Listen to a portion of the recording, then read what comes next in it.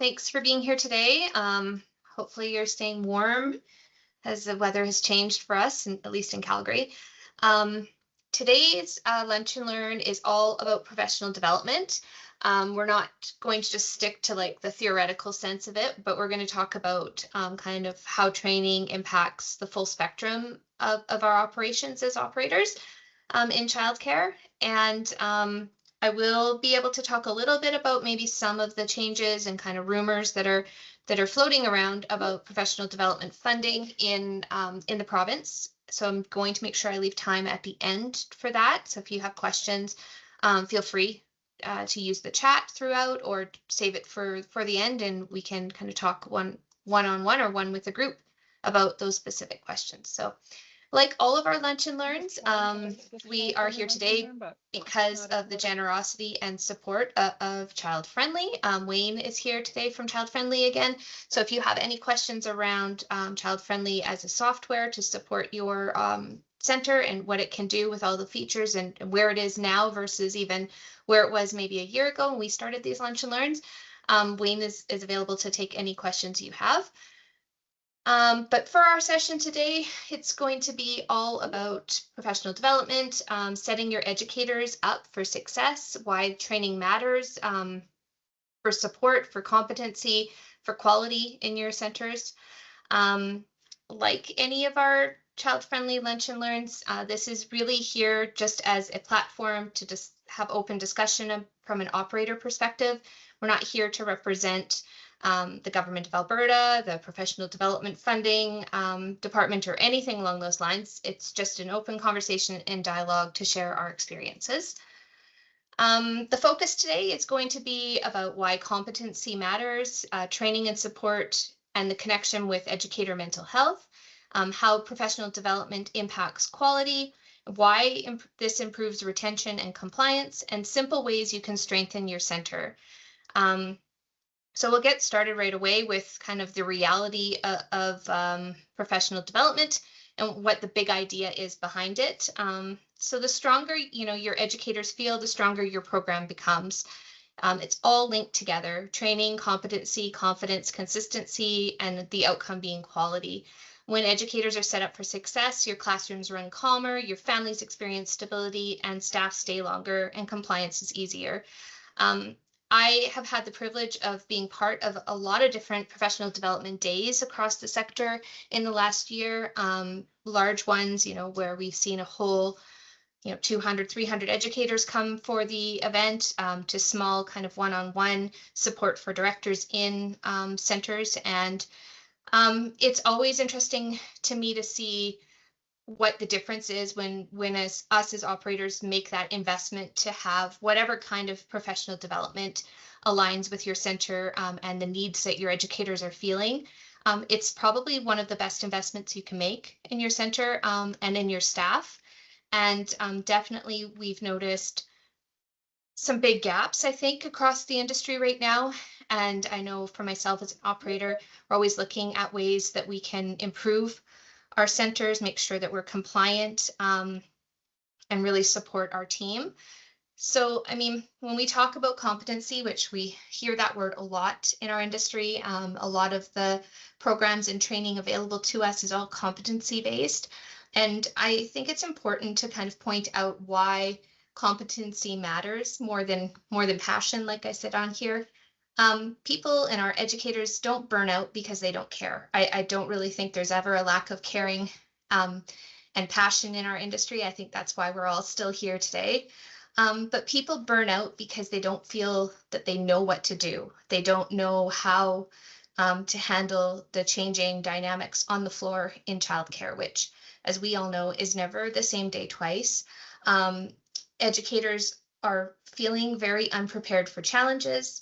There's inconsistent expectations across our sector, and they're very unsupported when things go wrong. Those are kind of the top four that we've had feedback on for myself from when we do our workshops, but just from general through the association as well. So really setting your educators and yourselves up with competency to be able to do the job properly, to feel that you know what to do no matter what the challenge is for that day. and that you feel that there's a consistent expectation, or at least a consistent process to take when you have those challenges, is going to overall reduce the stress. It'll make people feel that they are calmer, which means they'll be able to make better decisions quicker, faster problem solving, that ability to think on your feet kind of all is kind of coming from the foundation of competency in what we're doing day to day in our jobs. There's a lot of conversation right now across our industry about how do we improve mental health within the industry. Sorry, my dog is going to go crazy here for a second. How do we improve mental health across the industry? And how do we make sure that operators and our programs are, psychologically safe? We talk a lot about how we meet the needs of our children that are in our care, but how do we actually support and make sure that the educators that are working in our centers are thriving? Having clear expectations, having coaching and feedback and mentorship within your program, and training that actually matches the real challenges, the practical components of working in childcare, and having a safe place for people to ask for help. Those are really the things that you can do, and you can provide in your center that'll have a massive impact on creating a better psychological safety and a better mental health approach for your educators. I know we talk a lot about quality too in childcare, and I know there's lots of active discussions and narratives and conversations around what actually quality is in childcare and what quality, how we measure quality outside of kind of our basic provincial regulations. I 100% believe that quality comes from people in our centers, not from policies, but quality comes from making sure that your educators are set up for success, are supported, and your educators will really set the quality for your programs. So making sure that you have training that improves intentional programming, child development and understanding, behavioral guidance and regulation strategies, communication with families, teamwork and consistency. A lot of training when you're looking, I guess, at what you want to implement for professional development in your center. It's all over the map. You can pick training from a broad spectrum of areas, but I think having some core kind of goals for your training, especially if you're working in a center where you're dealing with a lot of new educators, new to the sector, maybe coming into the industry from college that don't have that kind of practical on the ground training that a lot of us have had over the years. It's important that you bring in some of these kind of areas or strengthen them internally with your policies and with your mentorship within your center, so that your team is feeling that they understand the regulations in a practical way, that they have tools and an ability and competency around how they can guide behavior, that they are strong and they feel the confident that they can communicate with families even when there's difficult conversations to be had. And that they feel that there is that teamwork and that team that's behind them to support them, and that they have an outlet. So if there is an issue or they have a question, they know who to go to, and there is no judgment around that or feeling that they can't ask those questions. So we always like to kind of try to draw this back to the operational side. I believe that if you can't run your childcare center as a successful business, regardless of the model or your corporate structure, you won't stay open for very long. And part of having a successful childcare center is having that retention and compliance. I see training, whatever the training may be, and we can talk a little bit about some different options, but training is really a preventative strategy that you can use for your center. We have heard a lot about retention of qualified educators over the last few years as we've seen such a massive expansion of spaces across Alberta. But you need to retain good quality educators in order for your center to be successful, for your center to have consistency and high quality.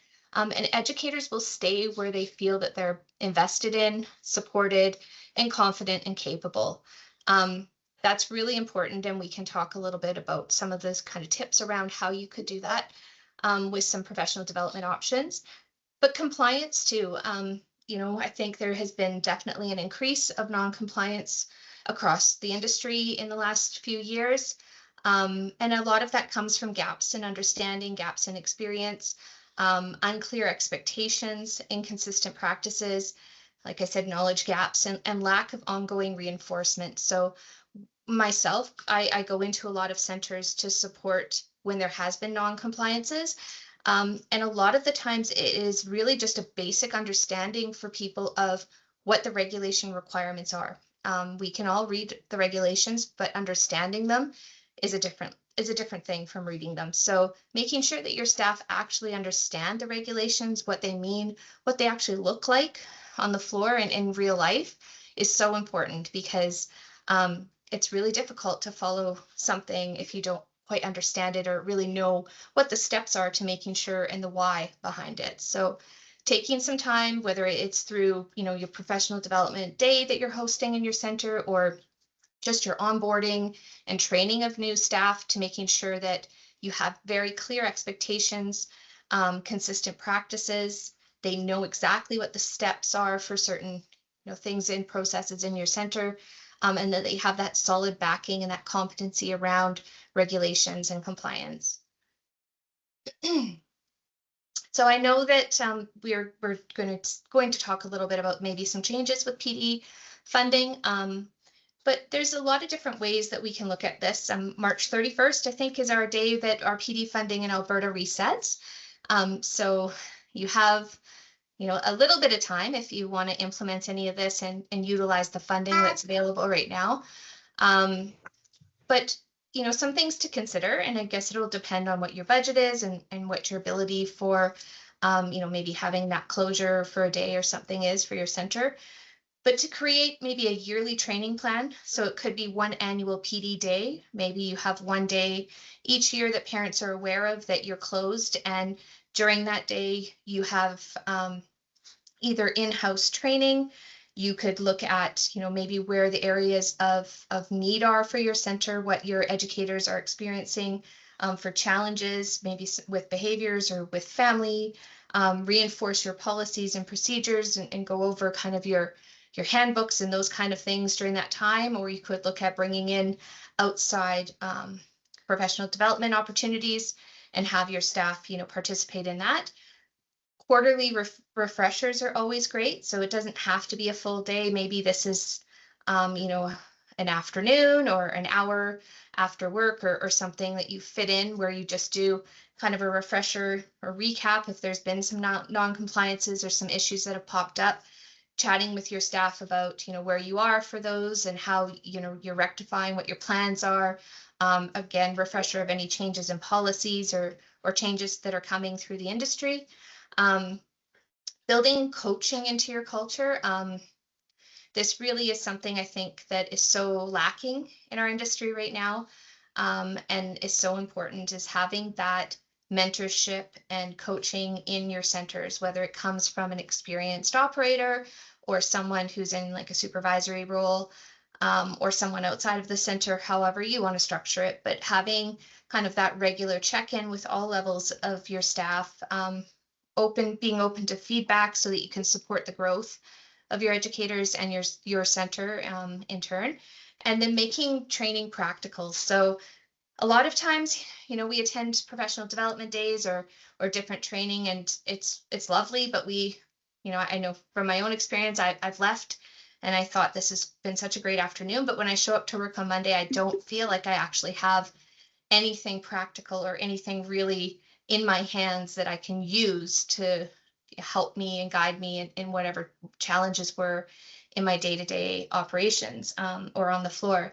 And so I think it's really important to look at your training that you're offering, making sure it's practical and actually meets the needs of the people that you have in your center. So having some real tools, having some scripts if you're having some concerns around communication with parents, or having your staff feeling that they're competent to have those difficult conversations, even having some scripts available to them to kind of coach and guide those conversations, making sure that the routines are laid out for people, that they know exactly what's expected and what's coming next.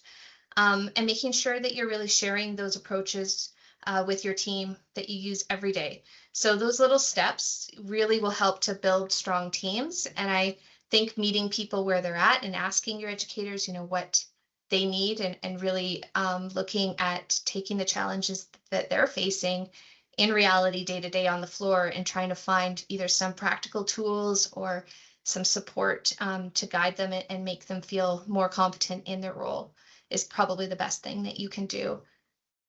Planning a PD day. So, I mean, if you can, and it works for your budget and the way your program is structured, I would highly encourage you to look at investing and scheduling a set PD day every year for your program. And like I had said in the very beginning, I've been very, very grateful to be able to participate in some of these daily or yearly PD days across the sector this year. And it's so amazing to see the difference and the diversity in what people are offering to their staff, and really the appreciation from the staff to be able to have that day to come in and learn and do it as a team rather than trying to squeeze it in on an evening or a weekend. I think will make a big difference. But having that PD day that builds competency and consistency, it's going to improve your educator confidence, which improves mental health. It'll improve the program quality and your outcomes for the children, staff retention, and compliance, and reduce risk. So, I mean, if you look at that and improving that for your center, I think the investment in having that PD day and making sure you're utilizing the funds available to us under the grants is probably one of the best and strongest things you can do for your program. So just, a couple of different points about things that you can have at a PD day or kind of intentions around a PD day. So really looking at your shared language, like how do you talk about practice? Even how do you talk about your program? How do you talk about the philosophies of your program and the goals of your program, and of what your intentions are as an educator? Sharing tools. So like I mentioned, scripts and routines and templates, things that will make life easier for your educators and for your classrooms. And sharing agreements. So, what are you all committing to? Is it an agreement to, improve on this in your program, or to be more compliant if there had been issues with the program? Is it a shared agreement around policy and procedure within your center? It can look different for all of us, depending on, I think, what the needs of your center and your educators are. A little bit of kind of a tips around how to set up a PD day. So really pick the right topic. This is something where I think you should look at your educators and talk to your team and figure out what is going to be the best fit. So choosing PD days or PD options that really meet your team fit. So what are your staff feeling stressed about? What are they feeling least confident in? What do they need support in? Picking something that fits with your center. So what is the priority of your center, the goals, and maybe your biggest compliance risks? Maybe does it fit around the philosophy of your center, and what kind of your intentions are for your center? And does it fit with your children and your care? So what do children and families need most in your center right now? Is there anything that you can do to support, maybe some of the behaviors that you're seeing or some of the challenges that you see with children in care? So looking at the kind of hitting on those three things is going to make sure that at least that investment in the PD funding is going to meet the needs of your center, your educators, and the children in care. So here's some topics of ones that we did a survey, I guess, over the last 6 weeks. And these were really the ones that were hit on the most from top to bottom of what people had replied with. They wanted more training on, more support around, which I think if you've been working in childcare for any period of time, this won't come as much of a surprise for you, but behavior guidance, co-regulation was topic number one. Inclusion, supporting diverse needs, documentation, incident response, more around regulations and understanding them, supervision, safety, transitions, and outdoor play, parent communication and conflict, having those difficult conversations and having, being able to feel confident in how you can handle them. And then building a team culture and really professionalism in the industry. Um, so we do have, at least right now, um, some wonderful PD funding and grant programs that are attached to our childcare, and we all have access to them. So, I mean, there's also free resources that are out there. I have had, again, the privilege of being part of a lot of these PD days, and oftentimes your childcare licensing officers or someone from the department will attend. And I think that is a really good way to get accurate information, get specific information on regulations, or if there's been non-compliance issues. It's also a free service if they're available. So if you're planning a PD day, that might be a place to start, is to invite your licensing officer in to talk about changes to regulation, common compliance risks, best practices, documentation, really what inspections are for, what the focus is on. It'll also help to kind of bridge that gap between maybe your staff and the licensing officer to build a relationship and, make it so that it's not so intimidating for the staff when they do have those inspections happen, and to really utilize those approved PD funding options. So fortunately, at this time, I don't think there's an actual list that we can go in and see what has already been approved for PD funding. I know it is a work in progress, but today we do have a few resources that we'll share with you after the Lunch and Learn, and one of them is kind of a library that I tried to put together of approved PD funded options for you. Because if you can find something that's already PD approved and you can utilize that funding towards it and it meets the needs, I mean, that's a huge bonus for you as an operator and as an educator to not have to pay out of pocket for that. I just wanted to, and again, this is likely going to have some changes to it as we see in the next few weeks, but kind of hit on some of the funding amounts, what's available. A lot of times people don't realize the access to funding that they have for professional development, even for, post-secondary courses and tuition, workbooks, conferences, that kind of thing. It does run on the province's fiscal year, so it will renew on April 1st, which means that you need to utilize this year's funding by the end of March. So if you haven't used it, use it if you can. And that, yeah, you need to submit too. So don't miss that deadline if you have attended a PD day or used some funding and you want to make sure you get reimbursed and submit it on time too. Time release funding, for anyone who's maybe not familiar, it's a way to help support the paid time for educators while they complete these professional developments, post-secondary conferences, whatever is eligible for it. As of right now, educators, all certified educators are eligible to use the time release funding. This will, again, if you can utilize this before the end of March, have a major impact on your educators so that they're paid at least portion of the time. Having them supported while they're attending and training is so important too. Asking people to do things after hours, after working so many hours during the day and the week and not be paid for it is likely not going to be the best way to support your team moving forward either. So just a few other numbers of the workshops and conferences and your post-secondary coursework. I know a lot of people utilize this post-secondary option right now in order to further their certification. So again, if you can utilize that before the end of next month, that would be great. So that's pretty much it for professional development today.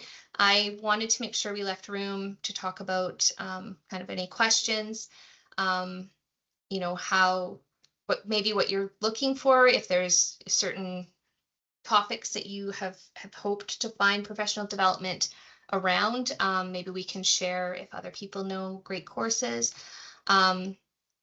I do want to ask too, just from the group, if there were changes, to the professional development funding and time release programs, what would you be hoping for? Like, would you like to see more diversity and more choice in the sector and what you could use your funding for? Would you like to see it more directed to specific courses that really, enhance certain things like would you like to see it directed more towards increasing the education around the flight framework, or would you like to see it necessarily like open to include more programs that are maybe even outside of Alberta, like international programs or anything like that? So if anybody wants to add anything or answer my question, I guess I would appreciate the feedback.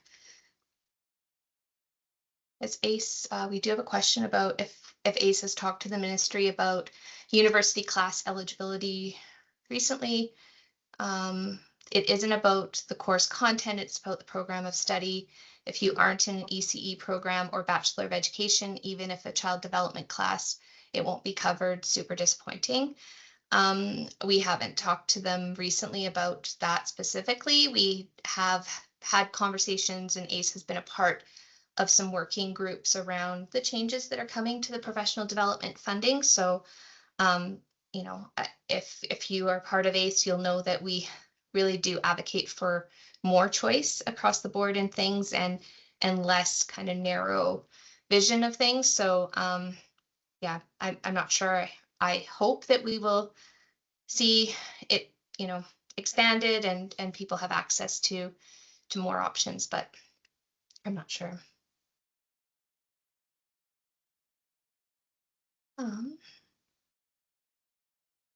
Does anybody else have any questions or any comments, anything around what they've heard around the changes that are coming to PD funding? Julia's saying that you continue to hope for a list of approved courses, especially some of the PD that might help educators move from classroom focus to covering other areas of practice, including admin, bookkeeping, HR, and would help significantly with succession planning. Absolutely. I think one of the big gaps that we're seeing across the industry right now is that there's not a lot of support for the operational side of the industry, and supporting people in how to manage centers, how to manage a team, how to, like you mentioned, how to do the admin and the bookkeeping and the business and operational side. So I would love to see more of that. It's definitely something I've been advocating for. I do know that there is a PD, like an approved list of courses that will be available online. I'm just not sure if it's available right this minute, but it's coming pretty much any day. Richmond Daycare to have a list of PD funded approved courses, having eligible courses outside of Canada, as the UK and Australia have great courses. Yeah, absolutely. There's definitely great courses available even across Canada that are not PD funded too. I'd like to see more opportunities, as you mentioned, international PD and more flight and a PD list, because I've called and they should be sharing what has been approved. And ARC has a few leadership courses, but that's not enough for sure. Do you know how to offer workshops for parents to help them and how parenting? I think you can do it different ways. I know, like for my own center, we've had different like parent nights where we've invited different community partners in to talk about whatever the issues were. So I've had actually a nutritionist in recently that talked about diets and the importance of nutrition as far as behaviors, and some neurodivergent kind of conversations around things that you could, essentially reduce from diets or increase, that would help with, some ADHD concerns that parents were bringing up. So I would encourage you to, put something out to your families and ask what they're looking for. Maybe you could bring in different kind of community partners and just host an evening. I do have a few really good ones in Calgary. Reach out to me and I can give you a list of some different programs that'll come in and speak with parents on topics. And what's the process of getting a webinar approved for PD funding? You have to go through the PD grant program. So it's an application. If you want to email me after this, I can send you the details on how you go and do it. I would like ACE to advocate for ECE colleges to offer more coursework to support working on OSCs. Level 3 trained ECEs have almost no ability to be successful in out of school care and work with big kids. Absolutely. There's definitely, I think, room in our colleges to either add some different training to support like the admin side of our industry, as well as the different licenses that people are coming in to work for. Anybody else? I guess to have this out into the chat. So I guess just, answer yes or no or whatever. What would you like to see if you could add something that's not been included in the list? Is there, a certain topic of training that you would like to see? Like we had the list in the presentation, kind of the first top 5 people were looking for behavioral support and guidance was number 1. What would be some of the things that you feel like is something that would increase the competency in your center and your educators? Have you noticed any of the gaps in training of new educators coming in or supervisors coming in? Julia just put in coaching and mentoring course. Yeah, how to coach and how to be a good mentor, for sure. That would be, I think, very, very complementary to most of our programs. Setting up a structure in a classroom. So yeah, I think there's so many good opportunities. I hope to see that the changes. I hope we see positive changes in the professional development funding for the next year. I think it's something that a lot of us are utilizing on kind of a month-to-month or day-to-day in our programs. Any other questions or anything before we wrap up for today? No, tapos na. The issue with coursework that supports ECEs for behavioral guidance and watching for early symptoms of neurodivergent is that there isn't a next step within medical professionals that readily accept our observations about developmental delays.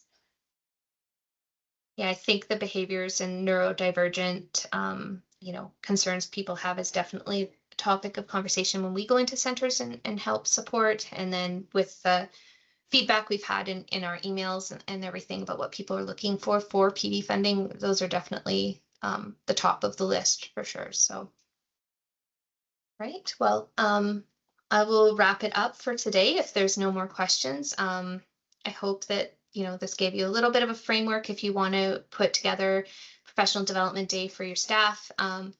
If anything from today, go and look at what you have left for your funding for this year and utilize it. Take advantage of this program. Don't let that grant money go to waste. And we will send out the following package with some PD options for you.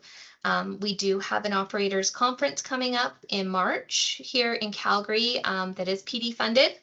That my own consulting organization is hosting, but there's lots of different resources. I will put the link in the chat if anybody is interested in joining us. It's 2 days in March, just before the funding runs out. So thanks for coming today. I hope you all have a great week. Crystal. Bye guys. Thanks, Wayne. Bye guys. Thank you.